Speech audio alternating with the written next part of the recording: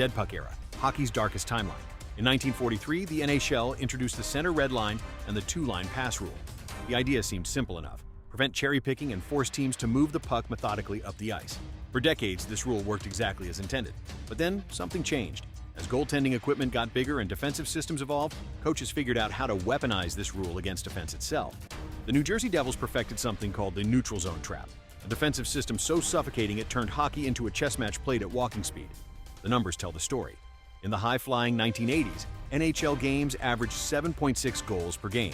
Fans watched end-to-end rushes, breakaways, and highlight reel plays every night. By the 1998 to 1999 season, that number had crashed to just 5.19 goals per game. Games regularly ended 1-0 or 2-1. Entire periods would pass without a single scoring chance. Instead of addressing the root cause, the NHL tried Band-Aid solutions. Around 1996, they loosened the rules on goals scored off skates, hoping to artificially inflate scoring. This created the infamous distinct kicking motion debate that still confuses fans today. Was it a deflection? Was it a kick? Nobody knew, including the referees. The real problem was the two-line pass rule created a boundary condition that defensive coaches exploited perfectly. Teams would clog the neutral zone, knowing opponents couldn't stretch the ice with long passes. Offense died not because players got worse, but because the rules made it nearly impossible to create space. The dead puck era got so bad that the entire 2004 to 2005 season was canceled. The NHL became the first major North American sports league to lose an entire season to a labor dispute. When hockey finally returned in 2005, the league had no choice but to completely overhaul the rulebook. The two-line pass rule was eliminated. Suddenly, teams could stretch the ice with long passes from their own zone to the far blue line. The game opened up immediately. Scoring increased. Speed became valuable again. The experiment that lasted 62 years was finally over, but only after it nearly destroyed professional hockey. Roger Neilson, the coach who broke the rulebook. Roger Neilson was a coaching legend, but not for the reasons you'd expect. He didn't win the most games or develop the best systems. Instead, he became famous for finding and exploiting every single loophole in the NHL rulebook. The league had to create multiple Roger Neilson rules just to stop him. When an opponent was awarded a penalty shot, Neilson discovered the rulebook only said a player had to defend it. It didn't specify which player, so he instructed his team to put a defenseman in net instead of the goalie. The logic was simple. If the shooter scored, you were going to be down a goal anyway. But if a defenseman could somehow stop it, you'd look like a genius. The NHL immediately changed the rule.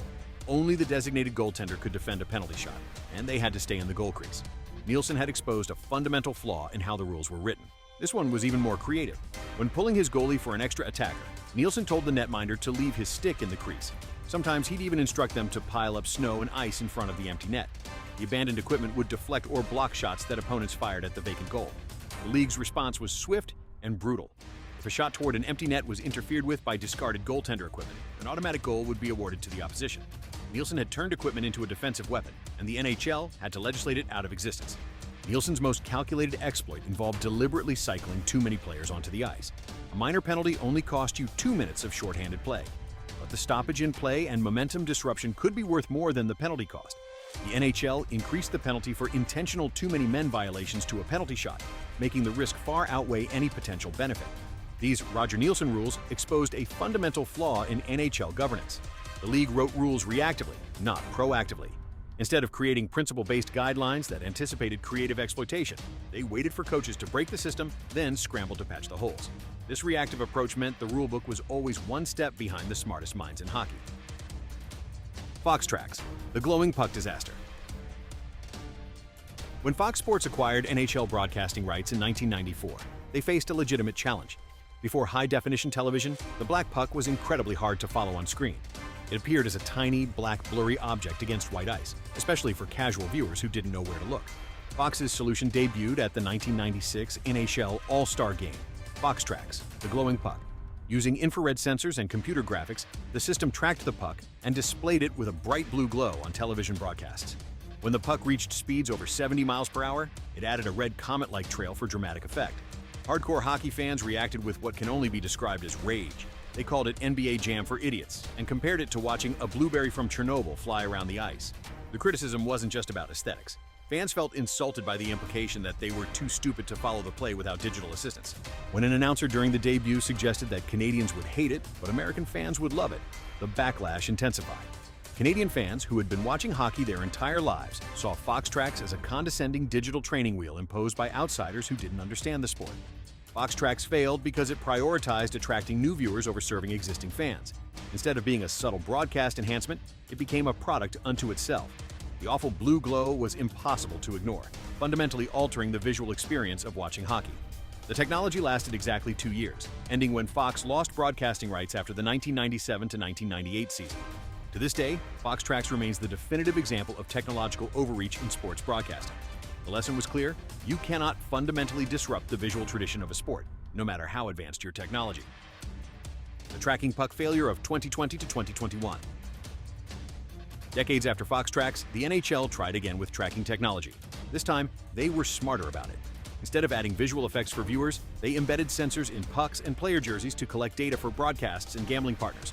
The technology was developed by SMT, a leader in sports tracking systems. The 2020-21 season tracking pucks were fundamentally flawed. To embed the sensors, manufacturers had to drill holes into the pucks.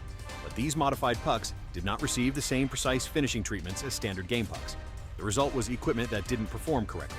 Detroit Red Wings coach Jeff Blashill confirmed what players were experiencing. The pucks didn't glide right. The sensors had compromised the physical properties of the most essential piece of equipment in hockey. When a puck doesn't behave predictably, the entire game breaks down. The NHL was forced to withdraw the flawed tracking pucks and revert to standard 2019-20 season pucks until a proper supply could be manufactured. This failure demonstrated a crucial principle: technological augmentation cannot alter the kinetic properties of essential playing equipment. The game must be played with tools that perform exactly as players expect, or the integrity of competition is compromised. Atlanta, the franchise that never had a chance. When the Atlanta Thrashers relocated to Winnipeg in 2011, it marked the second time an NHL franchise had failed in Atlanta. The first was the Atlanta Flames, who moved to Calgary in 1980. But the Thrashers' failure was different. It wasn't about market viability, it was about ownership negligence. Original owner Ted Turner treated the Thrashers as exactly that, an afterthought. He only allocated funding to the hockey team after paying for his other sports properties, the Atlanta Braves and Atlanta Hawks. This reluctance to invest meant the Thrashers were handicapped from day one, unable to build a competitive roster or establish a winning culture. Things got worse after the 2004 sale to Atlanta Spirit, LLC. The new ownership group immediately descended into internal legal warfare. Partners sued each other over contract breaches and buyouts. The consortium was coming apart at the seams while trying to run two professional sports franchises. Atlanta Spirit prioritized the NBA's Hawks over the NHL's Thrashers. This meant poor draft selections, questionable trades, and perennial bottom-of-the-standings finishes. Fans had no reason to support a team that ownership clearly didn't care about. By the final season, attendance had collapsed to just 10,980 tickets per game. The 2008 housing market crash and stagnant local economy didn't help. But the real problem was logistics. The majority of the fan base lived in the northern suburbs, and Atlanta's infamous traffic made getting to Phillips Arena downtown a nightmare. The Thrashers were sold to True North Sports and Entertainment and relocated to Winnipeg in 2011, restoring the Winnipeg Jets franchise. Atlanta had lost hockey twice, not because the market couldn't support it, but because ownership never gave it a real chance. Arizona, the 28-year disaster. The Arizona Coyotes saga represents the NHL's most prolonged commitment to a failing market. From 1996, when the Winnipeg Jets relocated to Phoenix, until 2024, when the franchise finally moved to Salt Lake City, the Coyotes were a case study in institutional failure. The Coyotes never secured a permanent, suitable arena solution in a central location.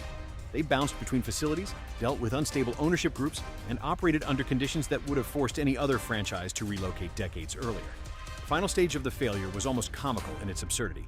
After a critical Tempe Arena vote failed in May 2023, the Coyotes were forced to play in Mullet Arena, a temporary facility smaller than many Canadian junior hockey venues. An NHL franchise was playing in a college rink with a capacity of just 5,000 fans. Commissioner Gary Bettman's firm philosophical belief in Sunbelt expansion kept the Coyotes in Arizona far longer than business logic justified. The league continuously delayed the inevitable, accepting subpar ownership groups and allowing the team to operate in increasingly humiliating facilities. The writing had been on the wall for over 15 years, yet the league failed to act. The stubborn defense of the market damaged the NHL's brand credibility. Other successful Sunbelt franchises like Tampa Bay, Nashville, and Vegas proved the concept could work, but those teams had stable ownership and proper facilities from the start. The swift relocation of the financially unstable but geographically viable Thrashers versus the decades-long defense of the infrastructure-deficient Coyotes demonstrates that expansion failure is often a governance failure. The league prolonged Arizona's instability due to ideological commitment rather than sound business principles. The Coyotes finally relocated to Salt Lake City, Utah in 2024, ending the NHL's longest and most embarrassing failed experiment. The 2025 draft format disaster. In 2025, the NHL experimented with a decentralized draft format. Drafted players gathered in Los Angeles, while club representatives and executives remained in their home cities. The assumed goal was to streamline operations and simplify travel logistics for team management. The experiment was immediately criticized as awkward and bizarre. Newly selected players couldn't shake hands with the team that drafted them or immediately receive their jersey from club executives. Instead, they were ushered away to remote video calls, creating a palpable emotional disconnect. The promised logistical efficiency never materialized. Technical problems plagued the broadcast, including an embarrassing moment when a conversation with a top pick failed due to technical issues. Instead of being faster, the first round stretched beyond 4 hours, proving to be long and boring for broadcast audiences. The failure exposed a crucial principle. In the age of televised sports, the NHL draft is fundamentally a fan-facing spectacle, not merely an internal personnel process. When format prioritizes internal logistics over external spectacle, the experiment is destined to fail. The draft is about ceremony, emotion, and the moment when a young player's dream becomes reality.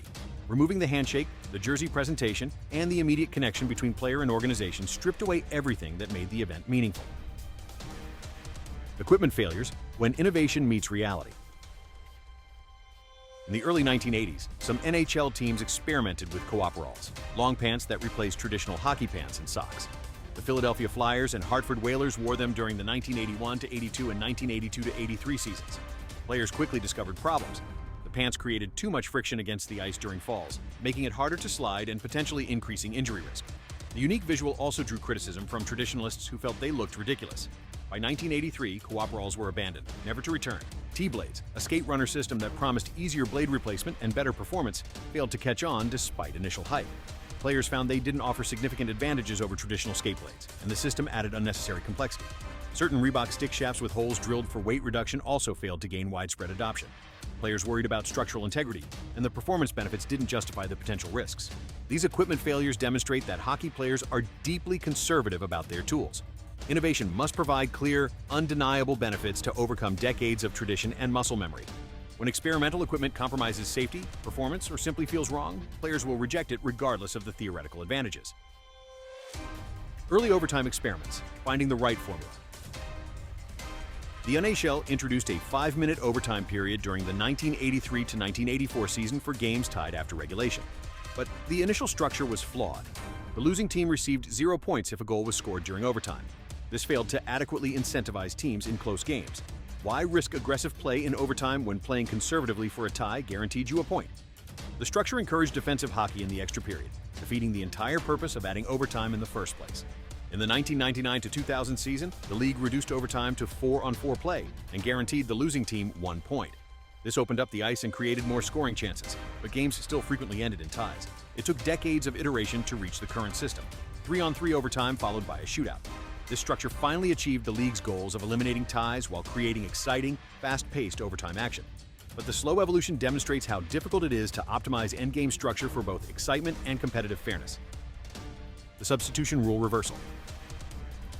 In 1985, the NHL allowed substitutions following coincidental minor penalties even when both teams were at full strength. This created unintended 4-on-4 situations that coaches exploited strategically.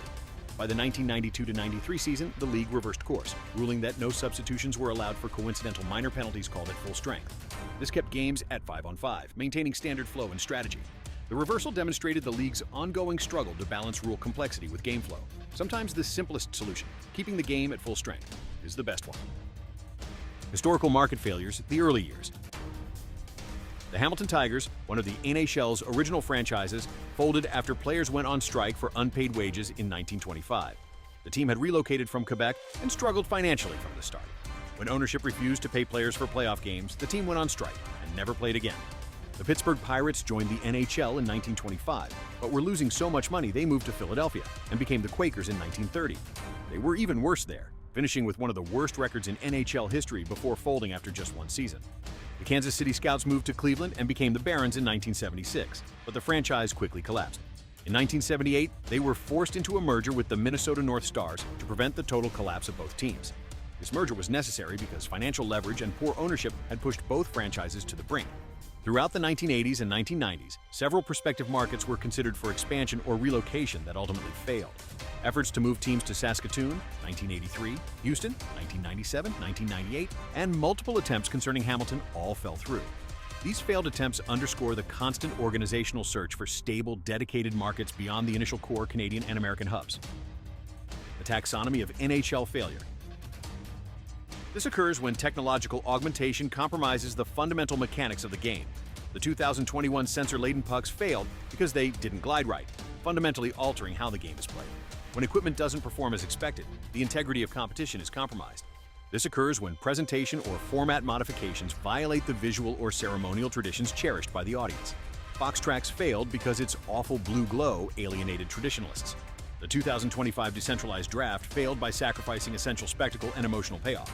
This is the most damaging and prolonged form of failure, where league governance fails to enforce financial and structural stability.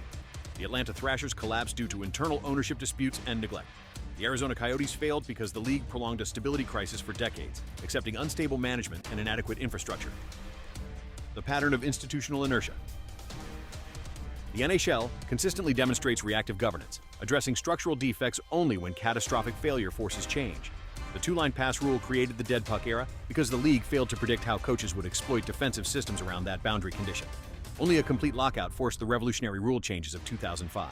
The immediate surgical fixes prompted by Roger Neilson's loopholes demonstrate this reactive tendency.